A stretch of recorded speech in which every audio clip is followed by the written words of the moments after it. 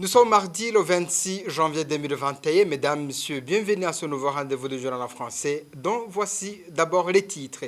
Il est impensable comment le régime d'Aïchimier pourra mettre en application la démocratie qu'il chante, alors que le placement de certaines personnalités n'augure aucun espoir du respect des règles de la démocratie, cela après l'élection à la tête du parti présidentiel de Révérien Dikoulio, connu pour son intolérance aux opposants. Le gouvernement du Burundi devrait tout au moins avoir souci de son image. L'emprisonnement de la veuve de Thierry Koubguimana ternit largement l'image du pays, Charles litigé par des accusations contre cette femme qu'il qualifie de non fondées. À l'étranger, puis en Centrafrique, l'armée progresse à petits pas vers la conquête de certaines localités en dehors de Bangui. Après celle des rebelles, le commandement de la MINUSCA réclame un renfort pour faire face au mouvement rebelle. Voilà pour les titres de ce journal.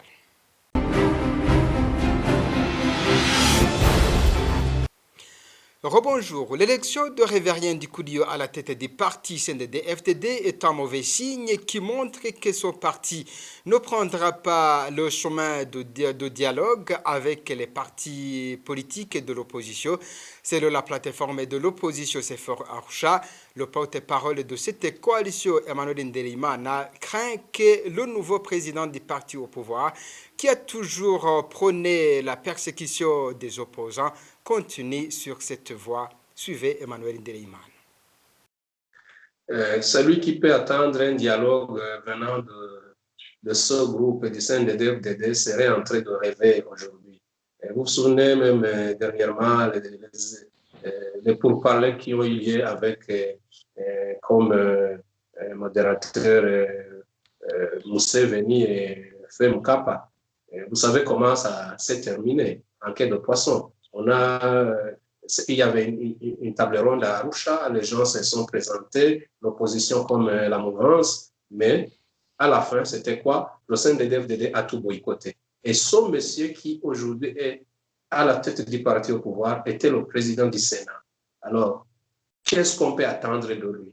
Il est toujours là. Ce qui les a poussés à torpiller ces négociations, c'est le même élément est toujours dans les poches et dans les cœurs de ces gens. Et on ne peut vraiment rien attendre de moi, à moins qu'on veut juste, si quelqu'un veut rêver, étant debout, il peut le faire, mais on ne peut rien attendre de ces gens, sauf un miracle. Voilà, c'était Emmanuel Ndelimana, il est porte-parole de Sephoro Arusha. L'élection de Révérien Dikoulio à la tête du parti CNDD-FDD vient pour empirer la situation des droits de l'homme qui était déjà une épine dans le pied du régime d'Aïchimier. Cette personnalité est connue pour ses messages de haine contre les opposants du régime. L'Organisation internationale des droits humains au Burundi craint une montée en flèche des exactions des Immonera Koulé. Karina Teritsakian, chercheur dans cette organisation, dit que cela s'ajoute aux nominations des autres personnalités accusées d'avoir trempé dans la violation grave des droits humains à l'endroit des membres de l'opposition. Suivez Karina Teritsakian et les chercheurs au sein de l'IHB. Le nouveau secrétaire général du CNDD-FDD, Révérien Dikorio, est de l'aile dure du parti au pouvoir. C'est quelqu'un qui, dans le passé récent, lorsqu'il était président du Sénat, a prononcé des discours très, très hostiles, notamment envers les opposants au gouvernement. Son élection semble consolider la force dominante de cette ligne dure suite à la nomination l'année dernière d'Alain Guillaume Bognoni au poste de Premier ministre et de Gervais Dirakobucha au poste de ministre de l'Intérieur, du Développement communautaire et de la Sécurité publique, tous les deux des personnages qui avaient participé à la répression très brutale depuis 2015. Donc l'élection de Révérien Dikorio, a priori, est plutôt inquiétante pour les perspectives de réforme en matière des droits humains au Burundi. Le président Évariste Ndayishimiye a promis et continue de promettre de respecter la démocratie et de faire du Burundi un état de droit. Donc la question maintenant, c'est est-ce qu'il va pouvoir réaliser ses promesses tant que ce type de personnage occupe les postes les plus influents à la tête du pays. Droit de l'homme est toujours, cette fois-ci avec la justice et l'emprisonnement de la veuve de feu Thierry Kubgimana constitue une honte pour toute la nation burundaise. Les accusations contre Christa Kaneza ne tiennent pas debout. Charles Nditije, président du parti Iprona de l'opposition, estime que cela prouve que ce crime impliquerait certaines autorités du Burundi. Si cela n'est pas le cas, pourquoi la justice et d'autres institutions de l'État restent dans un silence absolu? Il le dit au moment où cette jeune femme passe une semaine dans la prison centrale de Mimba, suivait Charles Nditije. C'est une honte pour la République du Burundi, c'est une honte même pour les Burundais. Ce n'est pas normal qu'après avoir assassiné son mari, on puisse imputer cet assassinat à cette jeune femme, alors que tout indique que les enquêtes avaient bien montré qui avait assassiné son mari à son domicile. On avait arrêté même le Zamou et le Boy, et qu'on a relâché après. On dit même qu'on a trouvé le téléphone, la carte d'identité des assassins. Donc la piste était bien tracée. Donc les assassins sont connus des autorités judiciaires et policières, mais seulement voilà, pour cacher justement et couvrir ce crime crapuleux, on impute cet assassinat à sa jeune femme, alors qu'il n'y a aucun élément, aucun mobile qui pourrait expliquer cet acte ignominieux. C'est une honte, c'est grave qu'on puisse emprisonner de cette manière aussi arbitraire cette veuve qui n'avait pas encore pris le temps de faire son deuil, et surtout qu'elle a un jeune bébé. Et donc, c'est complètement débile, c'est inhumain, c'est dégradant pour le pouvoir.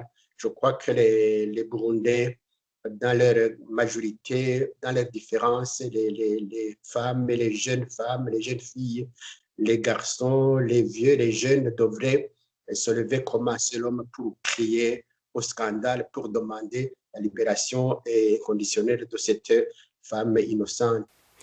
Page maintenant du magazine Au cœur de la société. Aujourd'hui, nous revenons sur l'usage de poubelles publiques et récemment placées dans la commune de Mukaza, à mairie de Bujumbura. Le mini-magazine Au cœur de la société vous est présenté par Bertrand Ngendakouliou. Au cœur de la société. Au cœur de la société est une émission de tous les samedis, préparée en synergie par les radios Inzamba, Agateka Kawe, Radio RPA, Idjouya Wanyagihugu, ainsi que la radio-télévision Renaissance. Au mois de novembre dernier, 20 poubelles publiques ont été posées dans des lieux de grande concentration dans la ville de Bujumbura. Cette initiative de l'administration de la commune Mukaza a été réalisée dans le but d'assurer la salubrité dans la ville de Bujumbura. 3 mois après, cette campagne pour l'utilisation des poubelles publiques aurait-elle déjà porté ses fruits? La réponse à cette question, c'est dans ce mini-magazine Au cœur de la société. À la présentation, Bertrand Ngendakouliou, bienvenue.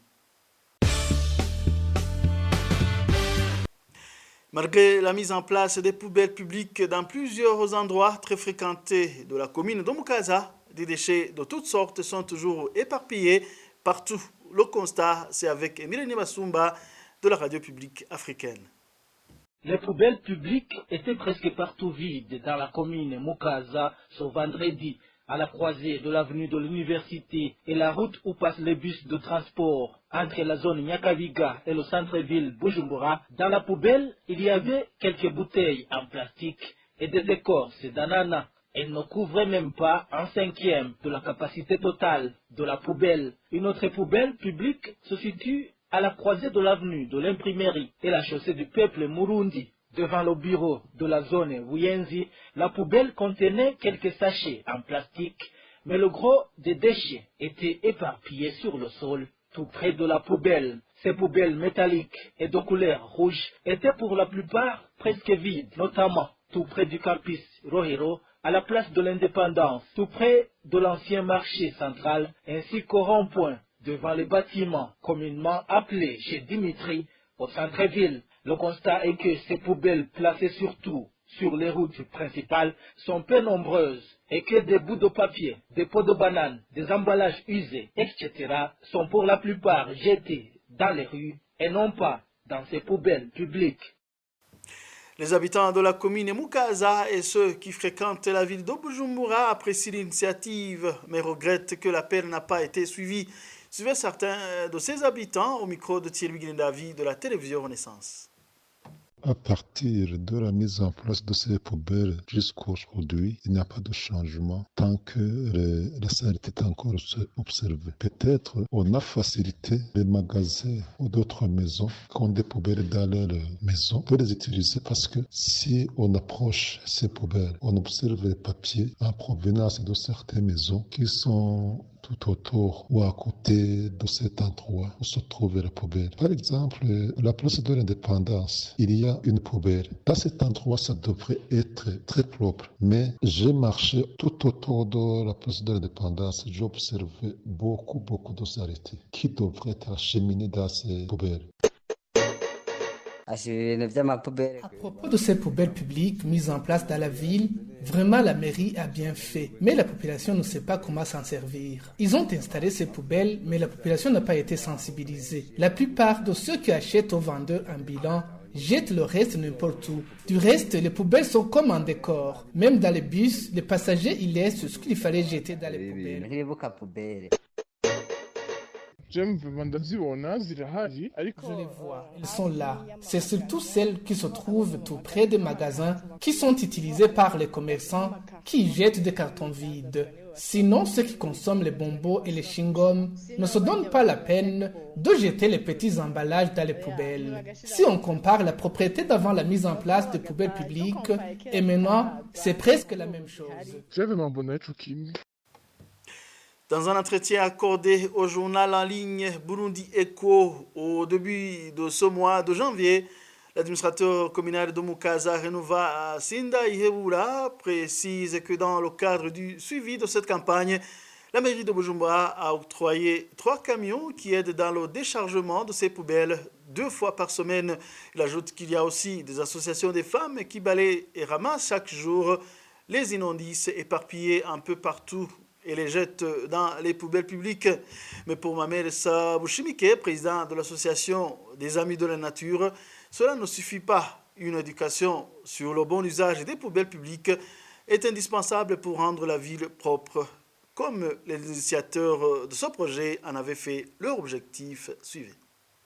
En suivi de cette campagne par cette administration n'a pas continué. C'est pour cette raison que nous recommandons à l'administration communale de Mukaza de faire un suivi régulier de l'utilisation de ces poubelles, en expliquant aux habitants de la capitale Bujumbura, particulièrement de Mukaza, et qu'il faut toujours jeter les déchets dans ces poubelles pour l'intérêt de l'assainissement et de l'hygiène. C'est ainsi que cette campagne devrait être donnée dans 3 langues, le Kiswahili, le français et le Kirundi, via les médias, via les journaux parlés, via les journaux écrits et particulièrement via les différentes réunions organisées par l'administration à des circonstances qui arrivent souvent dans la capitale de Bujumbura.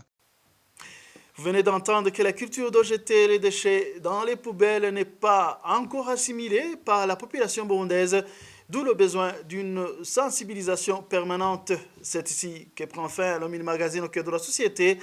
Vous étiez avec Bertrand Ndakourio à la présentation. Rendez-vous la semaine prochaine pour un autre magazine. Au revoir.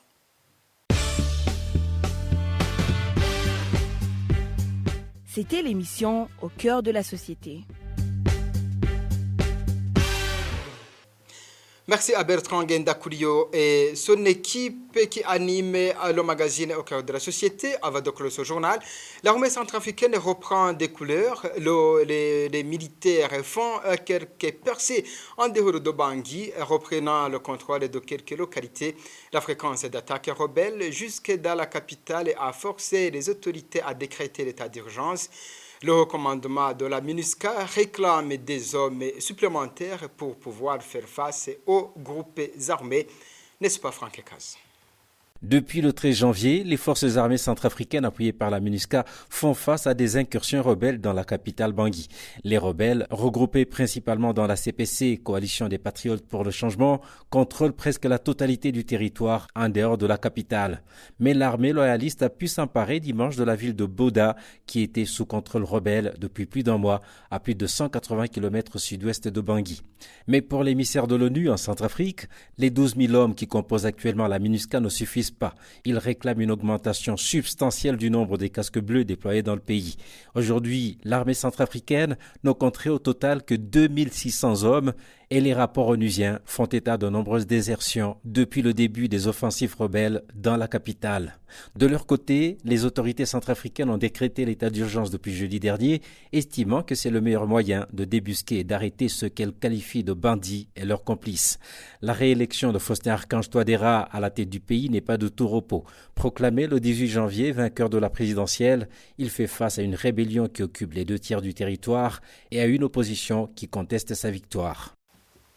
Voilà, c'est par cette actualité en Centrafrique que j'en mets un point final. Merci de nous avoir suivis. Au prochain rendez-vous.